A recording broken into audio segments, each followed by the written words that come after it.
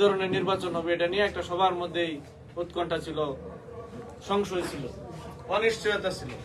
আজকে সকল জল্পনা কল্পনার অবসান ঘটিয়ে, সকল উৎকণ্ঠার অবসান ঘটিয়ে আজকে বাংলাদেশের যে নির্বাচন কমিশন ওনারা আজকে একটি তফসিল ঘোষণা করেছেন। আমরা বাংলাদেশ জামাত ইসলামের পক্ষ থেকে, আমরা হালুয়াঘাট এবং দুবারা উপজেলা জামাত ইসলামের পক্ষ থেকে এবং আমার ব্যক্তিগত পক্ষ থেকে আমরা এই তফসিলকে স্বাগত জানাই।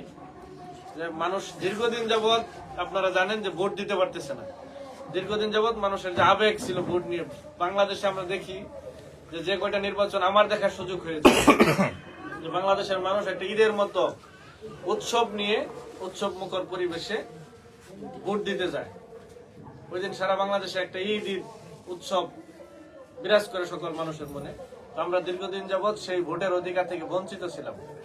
তো আল্লাহ তাআলার রহমত যে আমাদেরকে 5ই আগস্টের পরে ছাত্র জনতার ঐতিহাসিক বিপ্লবের মাধ্যমে আমাদের একটি ভোটের পরিবেশ তৈরি করে দেওয়া হয়েছে।